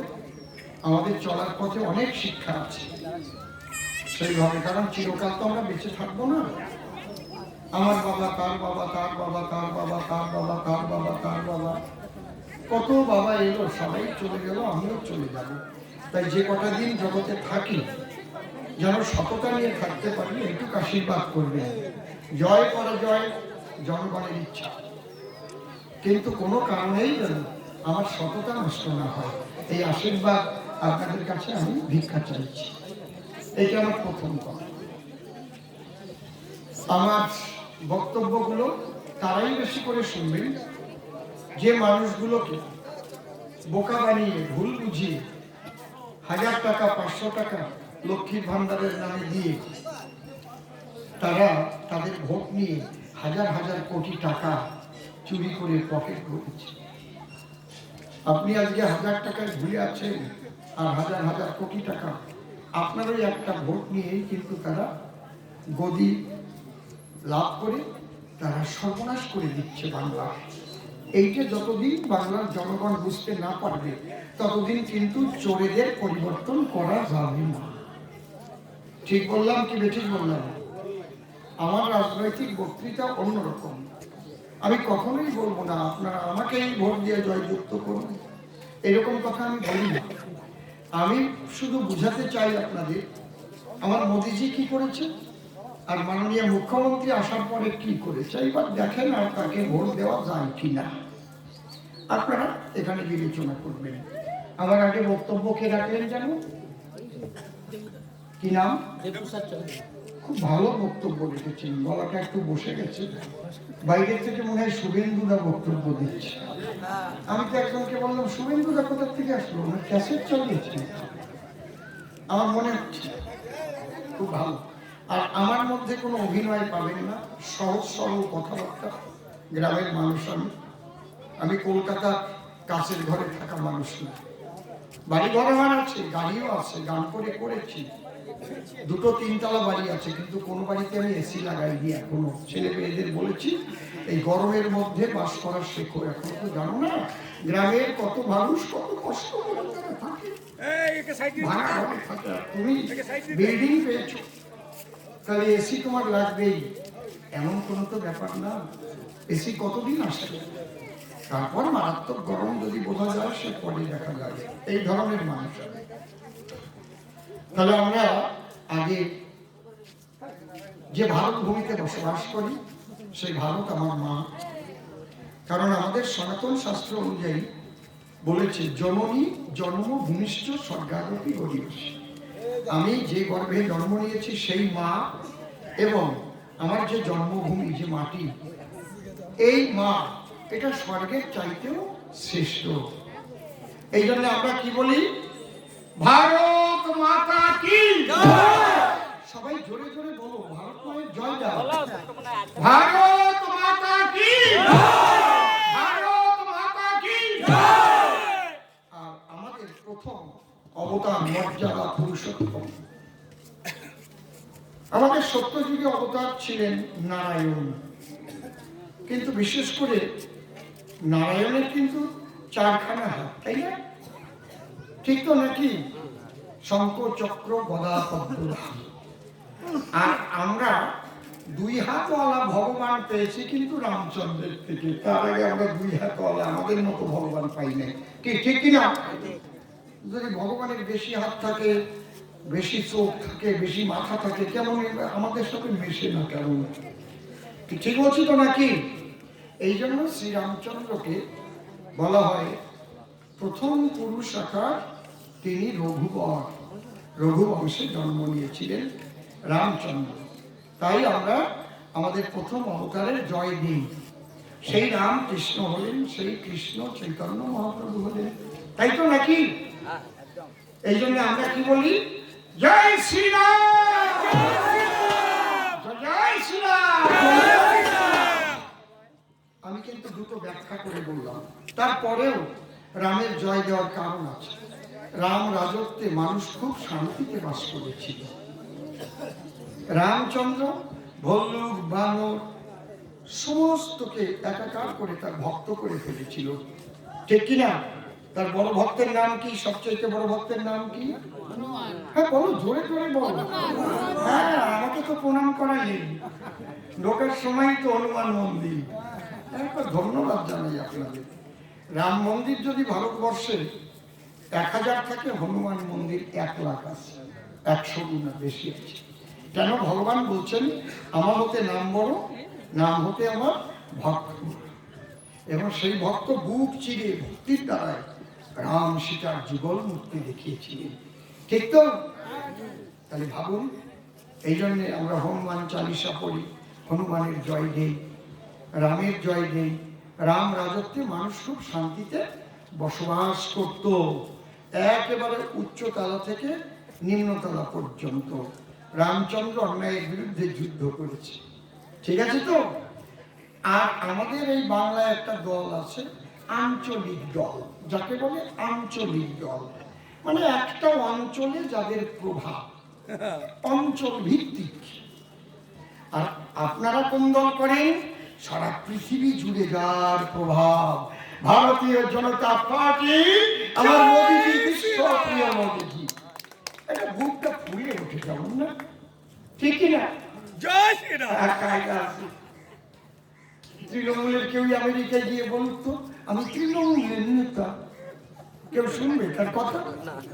কিন্তু ভারতীয় জনতা পার্টির কেউ যখন যায় না, ও সর্বনাশ। মোদিজি, এটা আলাদা ব্যাপার, তার কারণ আছে, এমনি না। আরে মানুষ 4টে গুণের জন্য মানুষের কাছে পরিচিত হয়, বেঁচে থাকে। সাম, দান, ভেদ, দ্বন্দ্ব। সাম মানে সবাইকে সমানভাবে ভালোবাসা। আমার কথাগুলো ভালো করে শুনুন, তাহলে আপনাদের কল্যাণ হবে, মঙ্গল হবে, মনে থাকবে। সমানভাবে ভালোবাসা, ব্রাহ্মণ, ক্ষত্রিয়, বৈশ্য, শূদ্র, হাড়ি, মুচি, ডোম, চন্ডাল, বান্দর, হনুমান, যা আছে এই সমানভাবে ভালোবেসেছে কে? তার নাম কি? রামচন্দ্র। দেখেছেন ব্যাপারটা কি? বাবা গো, যদি কেউ বড় দানবীর হয় তাহলে সে কিন্তু জগতে মানুষের কাছে চিরস্থায়ী থাকে। যেমন দানবীর হরিশ্চন্দ্র, দাতা, কর্ণ, কি যে দুটো নাম বললাম ঠিক বলছি তো নাকি? এই গ্রামে যদি এমন একজন মানুষ বাস করে যার অনেক টাকা আছে, গরিব মানুষ বিপদে পড়লেই সে কিন্তু তার কাছে গিয়ে দাঁড়ায়। কারো মেয়ে বিয়ে হলে 50,000 লাগলে দেয়, কেউ না খেয়ে থাকলে সেখানে তাকে গিয়ে খাবার কিনে দেয়, কোথাও কীর্তনাদি হলে, অনুষ্ঠান হলে সে সবচাইতে বেশি টাকা দেয়। তাই সেই লোকটা মারা গেলে কিন্তু সবাই কাঁদে, ওই মানুষটা নাই গো, ওই মানুষটা থাকলে আমাদের এই বিপদটা হতো না। ঠিক বলছি কি? সামদান। আর এক ধরনের মানুষ আছে ভেদ, শুধু ভেদ বুদ্ধি করে, সবাই একসঙ্গে মিলেমিশে থাকতে চায় আর শুধু কুটবুদ্ধি দিয়ে দুই ভাগ করে রাখে। আছে না সমাজে? আছে কি না? দেখবেন আপনারা যখন ভালো ভালো কথা বলবেন, মাঝখানে একজন চার দোকানে এসে হাজির হবে একদম, আচ্ছা চুপ চুপ করবো, আমার জানা আছে, তোমার মোদিজি আমার জানা আছে, বুঝেছো? আছে না? দেখেন ওখানে এসে ঝামেলা পাকাবে। এইগুলো ওরে কয় নারদ মার্কা মানুষ। এই নারদ ছিল দেবতাদের মধ্যে ওই ঝামেলা পাকান কয়েকজন ভক্ত। সাম, দান, ভেদ আর দ্বন্দ্ব, বড় বড় লাঠিয়ার, বড় বড় সৈনিক, তাদের কিন্তু মানুষ মনে রাখে। জেন চৌধুরী যখন পাকিস্তানের সঙ্গে যুদ্ধ হয়েছিল 1965 সালে, আমেরিকা পাকিস্তানকে ট্যাঙ্ক দিয়েছিল, তখন আমরা ট্যাঙ্ক দেখিও নাই। ভারত ট্যাঙ্ক জলের উপর দিয়ে চলতে পারে, জঙ্গল কেটে এগিয়ে যায়, ওই চাকা যে চেন, মারাত্মক ব্যাপার, বুঝতে পারছেন? ভারত চিন্তায় পড়ে গেল। তখন জেন চৌধুরী বলেছিল, চিন্তার কোনো কারণ নেই, একটা সিগারেট খেতে যত সময় লাগবে তত সময়ের মধ্যে ওই ট্যাঙ্ক আমি ধ্বংস করে দেব। তখন মাইন ফিট করে রাখলো, মাইন। বুঝতে পারছেন কি বলছি? আমেরিকা অবাক হয়ে গেল, ট্যাঙ্কগুলো উড়ে উড়ে যেতে লাগলো, সব বাস করে। শুধু শুধু ভারত জয়লাভ করেছিল, এই মানুষগুলো আমাদের কাছে অমর হয়ে আছে। মাতঙ্গিনী হাজরা গুলিতে বুক তার করে দিয়েছিল ঝাঁঝরা, তবুও বন্দে মাতরম সে বলে ছেড়েছে। ক্ষুদিরাম, বিনয়, বাদল, দীনেশ, মাস্টারদা, সূর্য সেন, বাঘা, জ্যোতি, এদের মানুষ বলে না। শক্তিশালী, তবে শক্তিটা যেন সৎ পথে ব্যয় হয়। আমার শক্তি থাকলেও আমি ভোটের সময় ভোট লুট করলাম, পিস্তল দেখালে, ও সারা হচ্ছে জানোয়ারের চাইতে খারাপ। ঠিক বলছি তো নাকি? সিধু, কানু, শক্তিটা যেন সৎ পথে ব্যয় হয়। তুমি বুঝতে পারছেন? দেশের জন্য, মানুষের জন্য, তাহলে মানুষটাকে মনে রাখে। এই জন্য যে কথাগুলো আমি বলতে যাচ্ছি, আমাদের মুখ্যমন্ত্রী তিনি একটা ধ্বনি তুলেছেন। কি? আমরা বলি ভারত মাতা কি জয়, জয় শ্রীরাম। এই জয় শ্রীরাম বললে ওনার গালাগালি, আমাকে গালাগালি দিল কেন, আমাকে গালাগালি দিল কেন? সে কিন্তু বলেছে জয় শ্রীরাম, এটা গালাগালি। এখনো যে হিন্দু সমাজের মানুষ এই মাননীয় মুখ্যমন্ত্রী তৃণমূলের ভোট দেয়, আমার লজ্জা করে যে কি বুঝে ভোট দেয়। রাম নামে যার গালাগালি হয়, উনি কি বলে জয় বাংলা, কত বড় হ্যাংলা। তোমাদের জয় বাংলা ধ্বনিটা কে তুলেছিল গো? তোমরা বলি দাও দিন, কে জানো না? আরে বঙ্গবন্ধু শেখ মুজিবুর রহমান। তা তুমি ওখান থেকে হাওলাত করে নিয়ে আসবে কেন? ভারত মাতা কি জয় বলতে তোমার অসুবিধাটা কোথায়? ঠিক ঠিক বললাম না বেঠিক বললাম? উনি বলবে না। তার মানে ওনার মনের গোপন ইচ্ছা মনে হয় এই পশ্চিম বাংলাটাকে ওই বাংলার সঙ্গে মিশিয়ে আবার একটা পাকিস্তান তৈরি করবে, বুঝতে পারছেন? আমার মনে হচ্ছে, কারণ ওনার যে হাকিম সাহেব কলকাতা, ওনার পুরো নামটা তো আপনারা জানেন, জানেন তো নাকি? উনি কিন্তু একদিন বলে ফেলেছিলেন যে কলকাতাকে মিনি পাকিস্তান বানিয়ে দেব, ঠিক কিনা? ঠিক বলছি তো? তাহলে ওনার উদ্দেশ্য খুব বেশি ভালো না। আমরা বলি ভারত মাতা কি জয়, আর উনি বলেন জয় বাংলা। যাক বলুক গিয়ে। এইবার আপনারা কাকে ভোট দিবেন? ভোটটা কাকে দেবেন? এই ভোটটা কিসের ভোট? এই ভোটটা কি অঞ্চল প্রধান তৈরি হবে নাকি? এই ভোটে কি মুখ্যমন্ত্রী তৈরি হবে? এই ভোট হবে প্রধানমন্ত্রী নির্বাচনের ভোট, ভারতকে শক্তিশালী করার ভোট। চীন যেন আমাদের উপর চোখ রাখাতে না পারে, পাকিস্তান যেন আমাদের উপর চোখ রাখাতে না পারে, ভারতের মানুষ যেন না খেয়ে না মরে, তাই তো? ভারতের অর্থনীতির কাঠামো যেন শক্তিশালী হয়। সারা বিশ্ব তাকিয়ে দেখেছে যে এইরকম একটা মানুষ ভারতে জন্ম নিয়েছে। তার নাম কি? তার নাম কি? নরেন্দ্র মোদীজি। তাহলে ওরা যখন ভোট চাইতে আসবে, ওদের কাছে একটা কথা জিজ্ঞেস করবেন, আচ্ছা বাবু একটা কথা বলি, তোমরা কারা গো? বলে আমরা তৃণমূল। বলে ভোট তোমাদের দিতে পারি, তোমাদের প্রধানমন্ত্রী কে একটু নামটা বলো তো, দেখেন বিগড়ে যাবে। এটা তো প্রধানমন্ত্রী তৈরি করা ভোটটা আমরা দেবো তো, তোমরা প্রধানমন্ত্রী কাকে করবে সেই নামটা বলো। বলতে পারবে না। সিপিএম বলতে পারবে না, কংগ্রেস বলতে পারবে না, কিন্তু আমরা বলতে পারি। পৃথিবীর সব মানুষ জেনে গেছে যে ভারতের তৃতীয়বারে প্রধানমন্ত্রী কে হচ্ছে? নরেন্দ্র মোদীজি, ঠিক তো? এইবার তবু আমরা ভোট না দিলে তো আর তৃণমূল সরকার পশ্চিমবাংলায় রাজত্ব করছে না, এই জনগণের ভোটেই হয়েছে। ওদের আর কি ভোট দেওয়া যায়? আপনারা বিচার করুন। আজকে এত সুন্দর বক্তব্য রেখেছেন উনি, ওনার বক্তব্যের পরে নূতন কিছু বলার থাকে না, এত ভালো লাগছিল আমার, শুনছিলাম। আচ্ছা, উনি তো মাননীয় মুখ্যমন্ত্রী, আর ওনার যিনি শিক্ষামন্ত্রী ছিলেন এবং শৃঙ্খলা কমিটির চেয়ারম্যান, তার মানে দলে কেউ যদি উচ্ছৃঙ্খলতা করে, দুর্নীতি করে, তার বিচার করবে কে?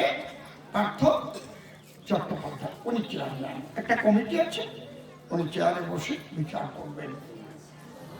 আমরা কেউ জানতাম যে ওই পার্থ চট্টোপাধ্যায় শৃঙ্খলা কমিটির চেয়ারম্যান, উনি যে তলে তলে অর্পিতার চেয়ারম্যান?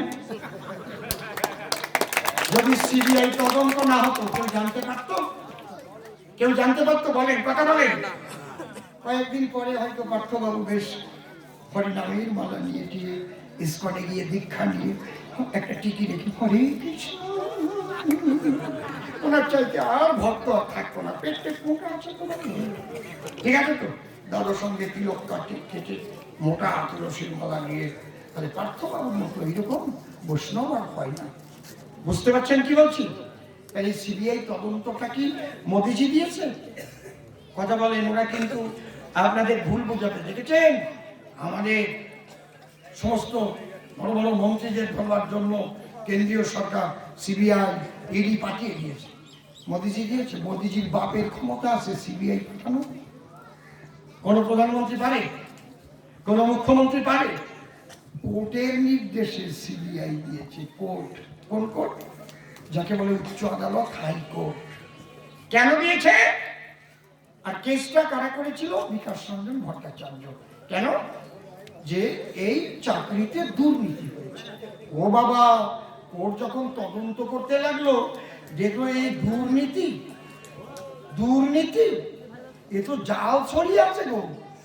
অনেক মন্ত্রী, অনেক আমলার সঙ্গে জড়িয়ে আছে। আসতে বাবা, কথা বলো না, আমার কথাগুলো শোনো। আমি কথা বলতে কষ্ট হচ্ছে, তাও কত কথা বলছি। আমার কথার থেকে আপনারা কিছু পাচ্ছেন তো নাকি? নাকি আমি বানিয়ে বানিয়ে বলছি? না, একদম সলিড কথা। ওর দেখলো এই দুর্নীতির দায়িত্ব, ইনভেস্টিগেশনের দায়িত্ব যদি এই পশ্চিম বাংলার পুলিশের হাতে থাকে, তাহলে পুলিশ মন্ত্রী হচ্ছে মমতা ব্যানার্জি। ঠিক মতো তদন্ত হবে না। এই জন্য ডাকলো কাকে? সিবিআই। সিবিআই যখন, এই তোমরা কথা বলছো কেন? সিবিআই যখন তদন্ত দিল, কে চক্ষুতে সাপ বের হয়ে গেল। একদম পার্থ চট্টোপাধ্যায়ের অর্পিতার বাড়ি গিয়ে টাকার পাহাড় পেয়ে গেল। যখন টাকার পাহাড় পাবে সেখানে ইডি যাবে, ইনকাম ট্যাক্স যাবে, টাকা উড়ে টাকা, ডাইনে টাকা, বামে টাকা, সামনে টাকা, পিছনে টাকা, টাকা। কার বাড়িতে? অর্পিতার বাড়িতে। শিক্ষা দপ্তরের সিল মারা খামে টাকা ভরা। আর কি সম্পত্তির খোঁজ পেল? খুঁজতে খুঁজতে শুনবেন ওই অর্পিতার পার্থ চট্টোপাধ্যায়ের নামে। একটু শুনবেন, আপনারা বলবো। এটা জানেন কি আপনারা? জানেন না? আমি বলে দিয়ে যাবো। আচ্ছা, আমি যখন ইয়ে করি তাহলে বলেই যাই নাকি? আর আমি একটাও মিথ্যা কথা বলে রাজনীতি করি না। যদি কোনো তৃণমূলের ভাই এখানে থাকেন, এগুলো লিখে নিয়ে আপনি গিয়ে তদন্ত করবেন। যদি আমার একটা মিথ্যা কথা প্রমাণ করতে পারেন, আমি আর আপনাদের মুখ দেখাবো না, চলে যাব পূর্ব বর্ধমানে, আর আসবো না।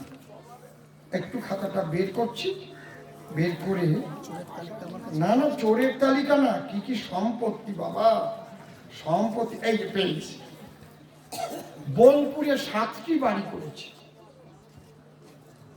হয়তো কোনো বাড়িতে ওনার চোখ থাকবে, কোনো বাড়িতে কান থাকবে, কোনো বাড়িতে পায়ের আঙুল থাকবে, কোনো বাড়িতে অন্য কোনো অঙ্গ খুলে রাখবে। কি করবে ভগবান জানে, কোন কাজে লাগে। বোলপুরে 7টি বাড়ি, শান্তিনিকেতনে 4000 স্কোয়ার বর্গফুট জমি, ডায়মন্ড সিটিতে 4টি ফ্ল্যাট। কোথায় হাত দিলে আবার? ডায়মন্ড সিটিতে 4টি ফ্ল্যাট, ঠিক আছে। বেলঘরিয়া ক্লাব টাউনে 4টি ফ্ল্যাট। রেকর্ডিং করে নিয়ে যান, তৃণমূলদের বলবে রসিম সরকার বলে গেল। আরে আমার জয় পরাজয় যা হোক, মানুষের কাছে আমি সত্যটাকে তুলে ধরতে এসেছি। তোমরা চিন্তা করবে কাকে ভোট দেবে। আমি কেন বলবো আমাকে ভোট দাও? চোরকে ভোট দেবে না সৎকে ভোট দেবে, তোমরা বেছে দেবে। আমি কেন বলবো? এই বোধ যদি তোমাদের না থাকে, সারা জীবন দাসত্ব করতে হবে, চোরেদের দাসত্ব করতে হবে। তোমার ভোটাধিকার দিয়ে গেছে না বাবা সাহেব আম্বেদকর? প্রধানমন্ত্রীর ভোটের দামও যা, রাষ্ট্রপতির ভোটের দামও যা, আমাদের গ্রামে ক্যাতরার মার ভোটের দামও তাই। একটা ভোট দিয়ে আমরা উল্টাই দিতে পারি। এই শক্তি হাতে পেয়ে তোমরা এই শক্তি সব জায়গায় ব্যবহার করবে না নাকি? যারা যারা এতদিন তৃণমূলে ভোট দিয়েছ, শুনে না আজকে চোরেদের কিভাবে তোমরা রেখেছো, পুষে পুষে রেখেছো। আর তোমার ঘরে শীত থেকে সব নিয়ে শেষ করে নিয়ে চলে গেল। আর তোমাকে 500 টাকা 1000 টাকা নিয়ে যাও। কি কায়দা, আমরা লক্ষ্যের ভান্ডার দিচ্ছি। আমার ছেলেটার চাকরিটা কোথায়? আমার ছেলেটা যে বিয়ে পাস করে পথে পড়ি কাঁদছে। ব্যাপারটা কি? মাকে ঘুষ দেওয়া হচ্ছে কি? বুঝতে পারছেন কি নাকি? বেলঘরিয়া ক্লাবে 4টি ফ্ল্যাট, বরানগরে 1টি ফ্ল্যাট, নিউ টাউনে 2টি ফ্ল্যাট। নিউ টাউনে একটা ফ্ল্যাট কিনতে গেলে 1.5 কোটি টাকা লাগে। বরানগরে 1টি ফ্ল্যাট, কসবায় 1000 স্কোয়ার ফুট আর একটা ফ্ল্যাট। সোনারপুর 1টি বড় বাড়ি, জঙ্গিপাড়ায় বিশাল বাগান বাড়ি, পিংলায় 95 কোটির স্কুল, বারুইপুর 15 বিঘা জমি, বাঘাযতীনে 12,000 বাই 240 বর্গ ফুট জমি, সুন্দরবনে রিসোর্ট। টপা টপা ওদের নিয়ে যাবে না? সুন্দরবনের মধ্যে একটা আলাদা আমেজ তো। আই লাভ ইউ, কত কায়দা, প্লিজ কাম হিয়ার, কত কায়দা।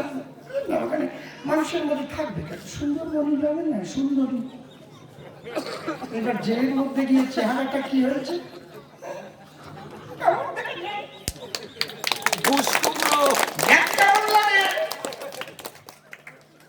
বলছি আপনাদের বাড়ির পাশে একজন আছে, যার বাড়ি আছে জেলের মধ্যে এখন আছে, যে সিবিআই ধরে আর অমনি হার্টবিট বেড়ে গেছে, হাঁটতে পারে না।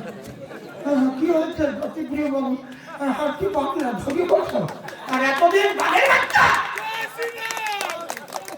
হ্যাঁ, যে মা বাবার নামটা ওখানে বসিয়ে দিয়েছ, মা বাবার কলঙ্ক হয়েছে না, উনি জানে যে আমার কলঙ্ক হবে আমার মা বাবার নামে, যদি কালো পাথর দিয়ে বসিয়ে দিয়েছেন, দেখবেন কালো পাথরের নাম লেখা আছে।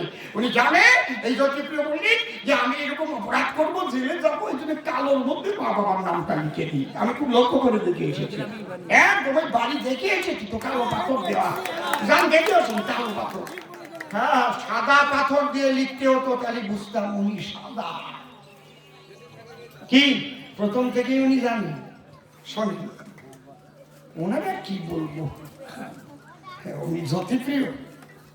জ্যোতিপ্রিয় অনেক বড় নাম। উনি হচ্ছেন রেশমচুরি প্রিয় বালু বাবু। বাহ, সুন্দরবনের রিসোর্ট, বামতলায় 10 বিঘা জমি, ঝাড়খণ্ডের 24 একর জমি, সিঙ্গুরের ফার্ম হাউস, সচিনেখালিতে রিসোর্ট। বাবা, নেল আর্ট স্টুডিও 3টি, 1,78,000 বর্গফুট জমি, পাপা ইউটিলিটি সার্ভিসেসের নামে 4টি প্লট, 31টি এলআইসি দুজনের নামে, এক একটা এলআইসি বাৎসরিক 1.5 কোটি 2 কোটি করে টাকা, মাদুরদহে 6টি ফ্ল্যাট। খাতা ভরে গেছে বলে লিখতে পারিনি, আরো আছে। ওনার বাপের টাকা না। আর আপনাদের কত দিয়েছে? মায়েদের 1,1200 দিয়ে আপনাদের শেষ করে দিচ্ছে, শেষ করে দিচ্ছে। কি আইন করেছে জানেন? আপনার ছেলে যদি হয়তো গরিব মানুষের ছেলে, ভর্তি করতে যাবেন তো আধার কার্ড লাগবে তো। যদি আধার কার্ডে দেখা যাচ্ছে যে 8 বছর বয়স হচ্ছে, তাহলে কোন ক্লাসে ভর্তি করতে হবে? 3,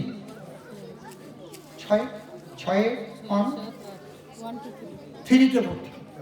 টিচার বসে তো, উনি আমার সহযোগী, উনি মাস্টারি করেন, উনি ভালো জানেন। তা আপনার ছেলে কিচ্ছু জানে না, কেন হাত দিচ্ছ বাবা? কেন গো? ওর মধ্যে তৃণমূল ঢুকে যাচ্ছে, বুঝুন আপনি। এখন ঢুকিয়ে না তৃণমূল, ঠিক আছে, দেখবেন। তাহলে আপনার ছেলে 1 অক্ষর লেখাপড়া শেখেন না, কোনো বাধ্য হয়ে ওনাকে ভর্তি করতে হবে 3তে। কি শিখবে ছেলেটা? তার জন্য আবার কি নিয়ম করেছে? ক্লাস 8 পর্যন্ত কোনো পরীক্ষাই নেই, তুলে দিতে হবে, 0 পেলেও তুলে দিতে হবে।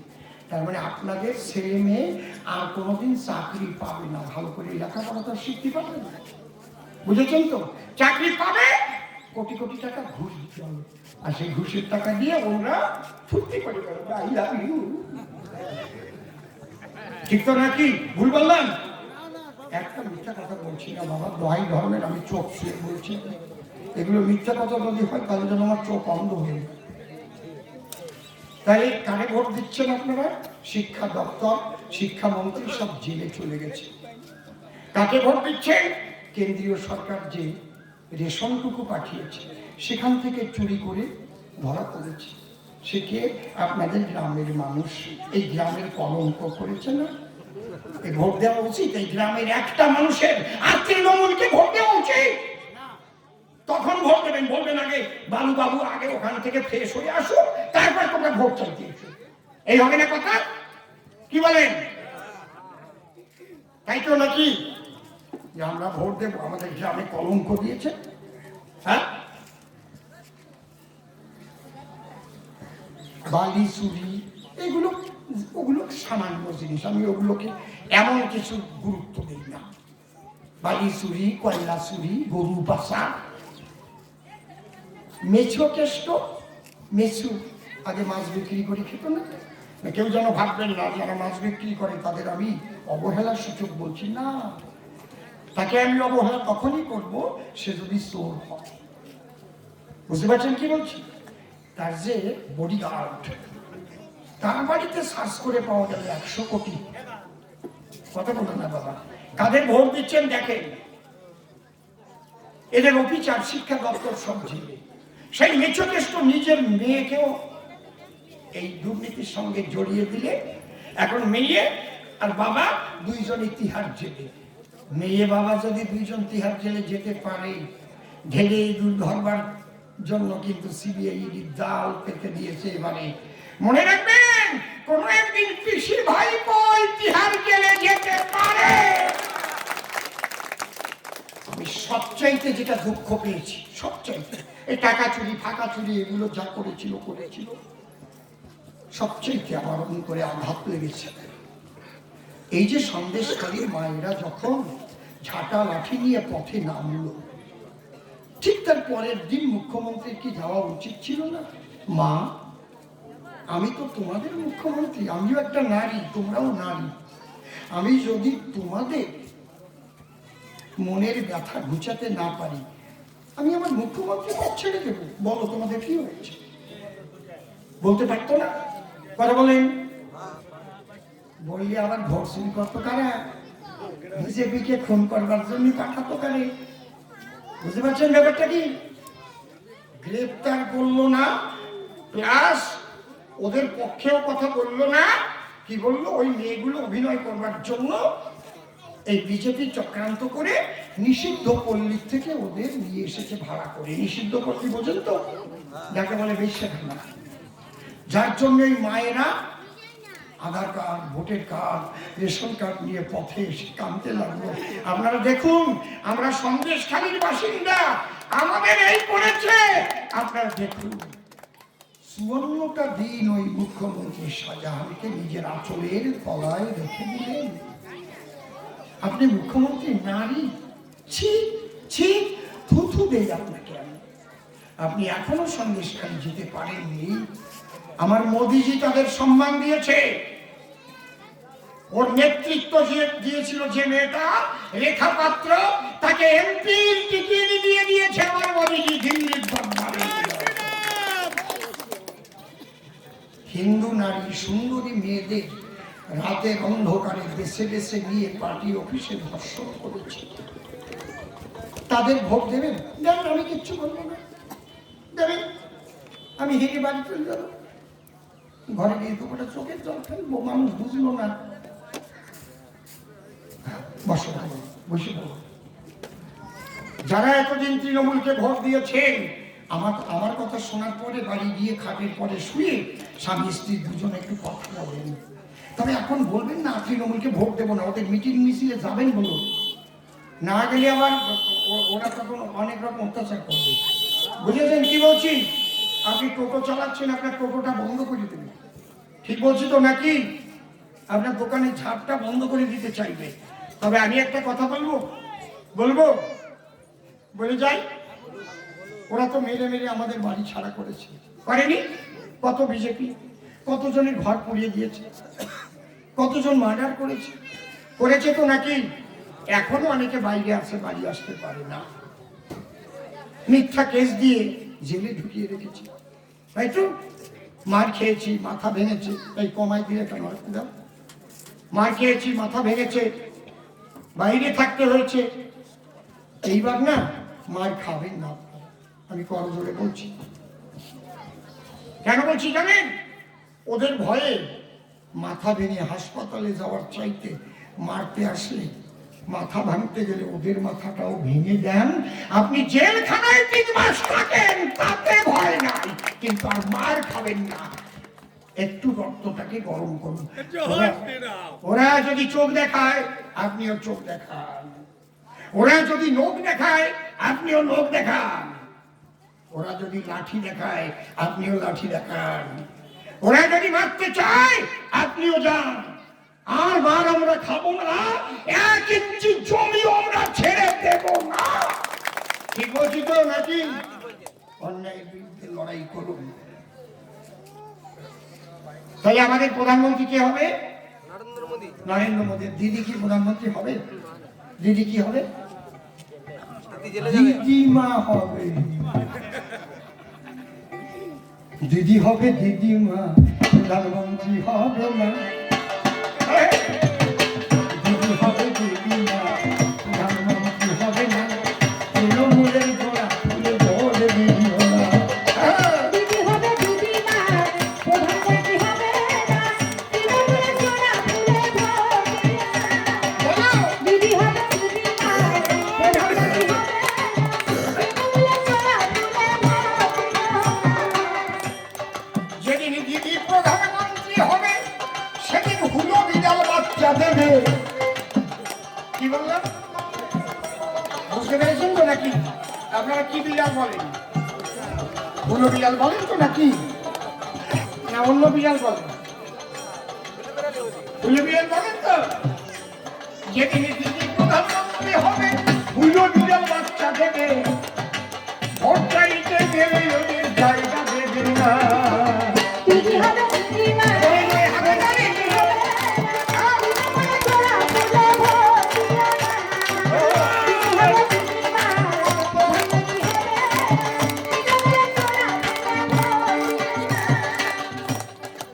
আমি কিন্তু মাননীয় মুখ্যমন্ত্রী মমতা বন্দ্যোপাধ্যায়ের দোষ দিতাম না, কিন্তু দোষটা উনি ঘাড়ে নিজে নিয়েছেন। যখন অনুব্রতকে ধরা হয়েছে উনি বলেছেন কেষ্টকে বীরের সম্মান দিয়ে আমরা জেল থেকে নিয়ে আসবো, তার মানে কেষ্ট যা করেছে তুমি সেটা সাপোর্ট করো। কি বলেন ঠিক নাকি?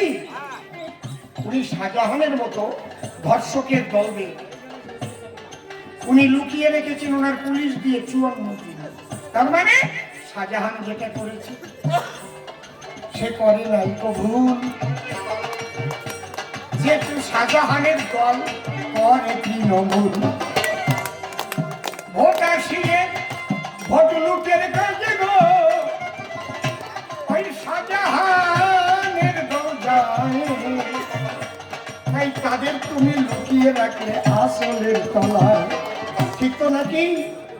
তাহলে দোষটা তোমাকে না।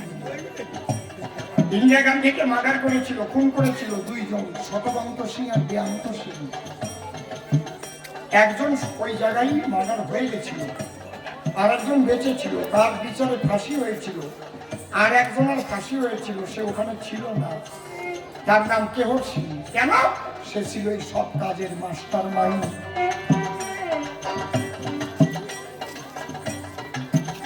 তাই সে কিন্তু ওখানে গিয়ে স্পটে গুলি করেনি, কিচ্ছু করেনি, তবু তার ফাঁসি হয়েছে। তাহলে আজ যদি বেয়ান্ত সিং বা ছগবন্ত সিং এর সঙ্গে কেহর সিং এর ফাঁসি হতে পারে, তাই অনুব্রত মন্ডল, বালুবাবু, শাহজাহান মোল্লার সঙ্গে কেন মুখ্যমন্ত্রী জেলে যাবে না এর জবাব চাই। উনি মাস্টার মাইন্ড, উনি এদের সমর্থন করেন, অন্যায়কে করেন। আর অন্যায় যে করায় দুইজনের সমদর্শী সংবিধানে কয়। তাই বুঝে শুনে আপনারা বেঁধে সবাই চোখ, সবাই মিলে পদ্ম ফুলে এবার দেবেন ভোট। যদি আমাকে আপনারা পাঠান ভোট দিয়ে, আমি এইটুকু কথা দিতে পারি, মোদিজির দরবার থেকে যতটা উন্নয়ন এনে দিতে পারি আমি এনে দেব দেব দেব, একটা টাকাও আমি খাবো না আপনাদের। এটা মনে রাখবেন। ঠাকুর আমাকে যেটুকু দিয়েছে আমার আর দরকার হয় না। কত লাগে একটা মানুষ? আমি সারাদিন 150 গ্রামের চালের ভাত খেতে পারি না। কত লাগে, কতটুকু জায়গা লাগে শোয়ার জন্য? এত দরকারটা কি? যদি আপনাদের কাছে আমাকে চাকর করতে চান, তাহলে সবাই মিলে পদ্ম ফুলে একবার ভোট দেন। যদি আপনারা আমাকে চাকর করতে চান, আপনাদের চাকর হয়ে কাজ করবো, পাবলিক সার্ভেন্ট হবো। আমি যত বড়ই হই না কেন, আমার বাড়িতে গিয়ে দেখবেন আমি গামছা করেই বসে আছি। আমি আপনাদের মতো চাষি ঘরের ছেলে, মনে আছে ভালো, সুযোগ পেলে আপনাদের উন্নয়ন করে দেব। এইটুকু ভরসা যদি আমার প্রতি হয়, তবে বোতাম টিপে ভোট দেবেন পদ্ম ফুলের গায়ে। আর এক জায়গায় যেতে হবে, বিদায় নিতে চাই। একবার সবাই মিলে হরি হরি বল একবার ভালো। মায়েরা উলুদ ধ্বনি করুন একবার, মা কালীর জয়। মায়ের মন্দিরের সামনে এই সভা হবে। বলো ভারত মাতা কি, বলো ভারত মাতা কি। জয় শ্রীরাম, জয় জয় শ্রীরাম। আমার আমার কথায় কেউ ব্যথা পেলেন না তো? আমি একদম পারফেক্ট কথা বলছি।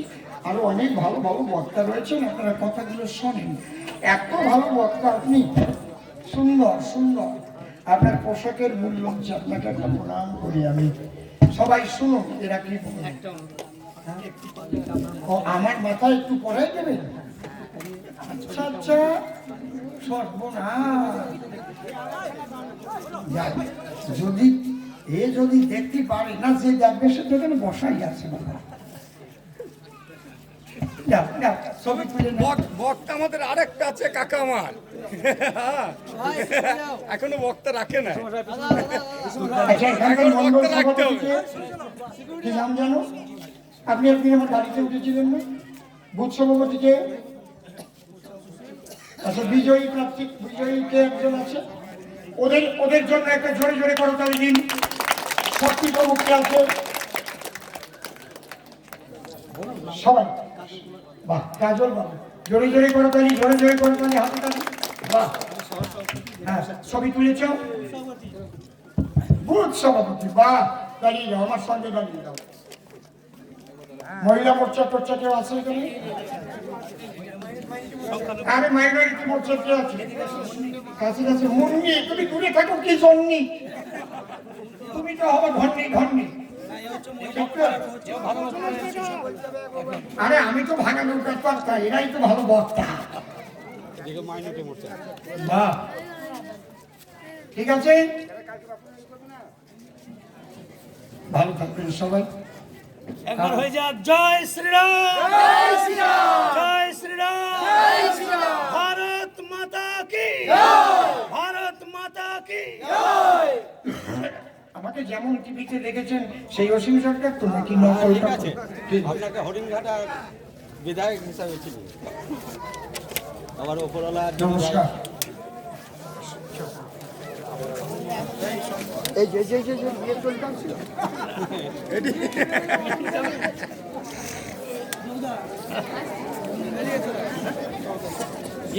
অমিতা